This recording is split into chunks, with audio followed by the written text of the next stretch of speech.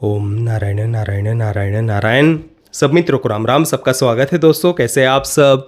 तो दोस्तों अभी हम रिव्यू करने वाले हैं how to train your dragon के लाइव एक्शन रीमेक का, जिसे कल 13 जून को वर्ल्ड वाइड थिएटर में रिलीज़ किया गया है। भारत में इसे इसकी मूल भाषा अंग्रेजी के ही साथ में हिंदी, तमिल और तेलुगु में भी रिलीज़ किया गया है। मैंने इसे हिंदी में देखा कल सुबह, फर्स्ट शो 13 जून को। हिंदी डबिंग अच्छी थी, मतलब कहीं पर भी आपको फिल्म देखते समय पता नहीं चलेगा कि आप हिंदी वर्जन देख रहे हैं या डब्ड वर्जन देख रहे हैं। तो बढ़िया थी हिंदी डबिंग।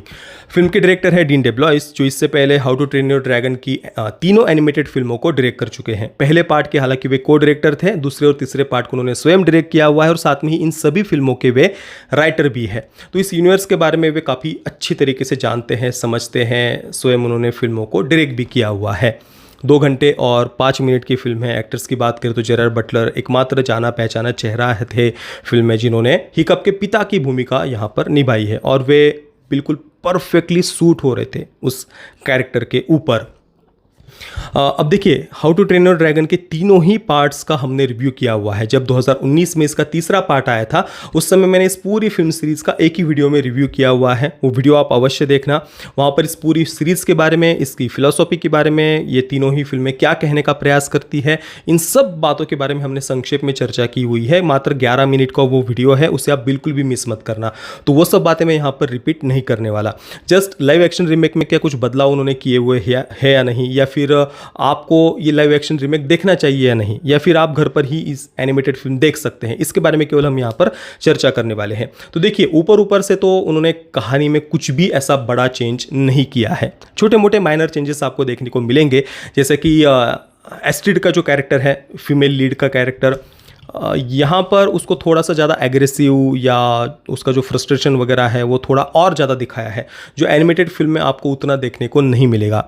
एक जगह पर वो थोड़ा सा हिकअप के प्रिविलेज्ड बैकग्राउंड से होने को लेकर ताना भी मार रही है कि तुम तो अमीर बाप चीप के बेटे हो, तुमको क्या पता स्ट्रगल क्या होती है वगैरह वगैरह, इस कारण से तुम इतने प्यार वगैरह ड्रैगन के साथ मिलजुल कर रहने की बातें वगैरह कर रहे हो, तुमने थोड़ी ना ग्राउंड रियलिटी देखी है वगैरह। इस प्रकार का डायलॉग भी वो हिकअप को बोल रही है। तो उसका वो जो थोड़ा फ्रस्ट्रेशन है वो ज़्यादा दिखाया है। इसके अलावा रफनेट और टफनेट जो 2 जुड़वा कैरेक्टर्स हैं एनिमेटेड फिल्म में, उनको दिखने में भी एक जैसा ही दिखाया है। यहाँ पर वो बिल्कुल अलग दिख रहे हैं एक दूसरे से, तो ये एक चेंज किया है। इसके अलावा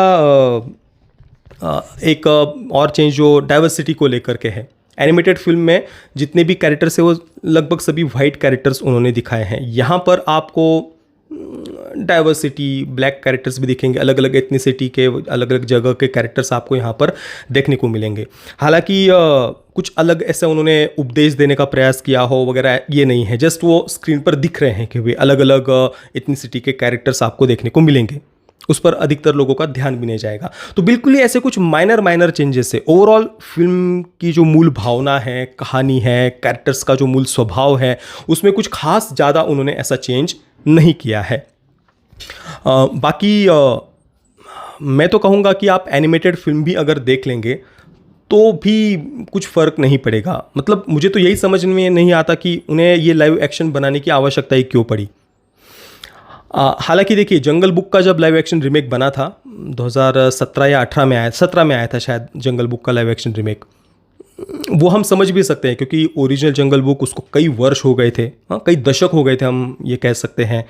तो जो 80-90 के दशक के जो लोग हैं उनके अभी बच्चे बड़े हो गए थे 2017-18 का समय, तो उन्हें अपने बच्चों को दिखाना था कि वो हमारी बचपन की याद है, चलो यार हम जंगल बुक दिखाने के लिए लेकर के जा रहे हैं। इवन द लायन किंग का भी जब लाइव एक्शन रीमेक आया था 2019 में, उसको भी समझ सकते हैं क्योंकि ओरिजिनल लायन किंग भी लगभग 3 दशक पहले आई हुई थी। तो ठीक है, वो एक लाइव एक्शन रीमेक भी, और वहाँ पर प्राणी वगैरह सब कुछ बिल्कुल रियलिस्टिक लग रहे थे। जो 2D एनिमेशन में जो हमने बातें देखी हुई थी उससे ये लाइव एक्शन बिल्कुल ही अलग एक्सपीरियंस था। यहाँ पर जो ये इन्होंने लाइव एक्शन रीमेक बनाया है, यहाँ पर जितने भी ड्रैगन्स आपको दिखेंगे, एक तो पहले ही हमने 3D में देखे हुए हैं वो सारे पात्र 2010 की how to train your dragon में, तो उनके लुक में वगैरह कुछ भी चेंज नहीं किया। जैसे कि टूथलेस का जो कैरेक्टर है, जैसा 2010 की फिल्म में था एग्जैक्टली वैसा ही वो यहाँ पर भी दिखा रहे हैं। तो ड्रैगन्स का जो चेहरा है, लुक वगैरह है, उसमें भी कुछ उन्होंने चेंज नहीं किया। जस्ट जो एनिमेटेड मनुष्यों के जो पात्र थे वो यहाँ पर आपको थोड़ा रियलिस्टिक दिखाई देते हैं। पर जस्ट उतनी सी बात के लिए आप इसको अलग से देखना पड़े या देखना चाहिए, ऐसा तो मैं नहीं कहूँगा।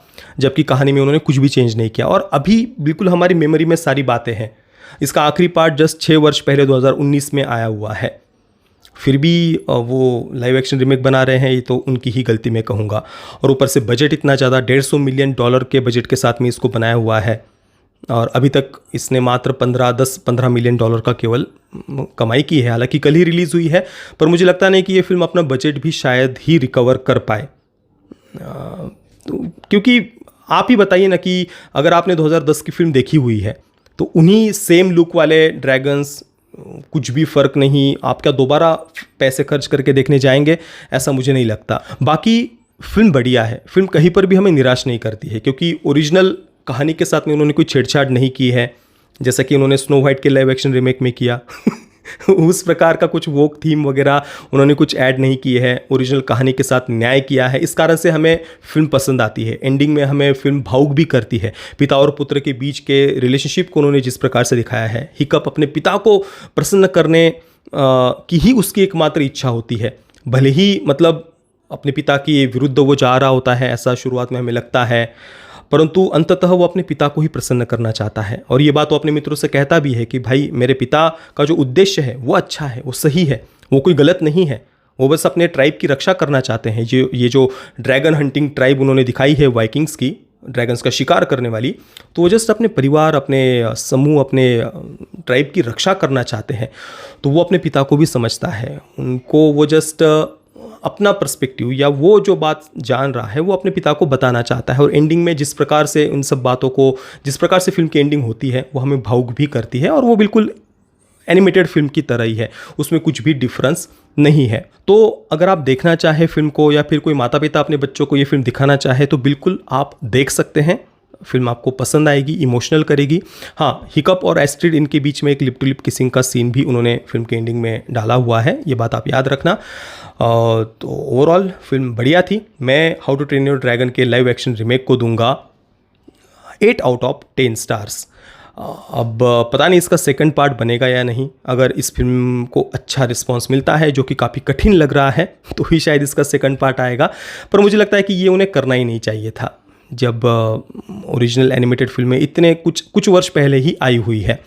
पैरेंटल गाइडेंस की बात करें तो बच्चों के लिए फिल्म है। थोड़ी देर पहले मैंने जैसा कहा कि हिकअप और एस्ट्रिड के बीच में एक लिप टू लिप किसिंग का सीन है, बाकी तो ऐसा कुछ भी बताने जैसा अलग से है नहीं पैरेंटल गाइडेंस में। बाकी जिन मित्रों ने इस फिल्म को देखा है, आपका अनुभव कैसा रहा मुझे आप नीचे कमेंट में अवश्य बताना। ये वीडियो देखने के लिए आप सभी मित्रों का बहुत बहुत धन्यवाद। जय श्री राम, वंदे मातरम।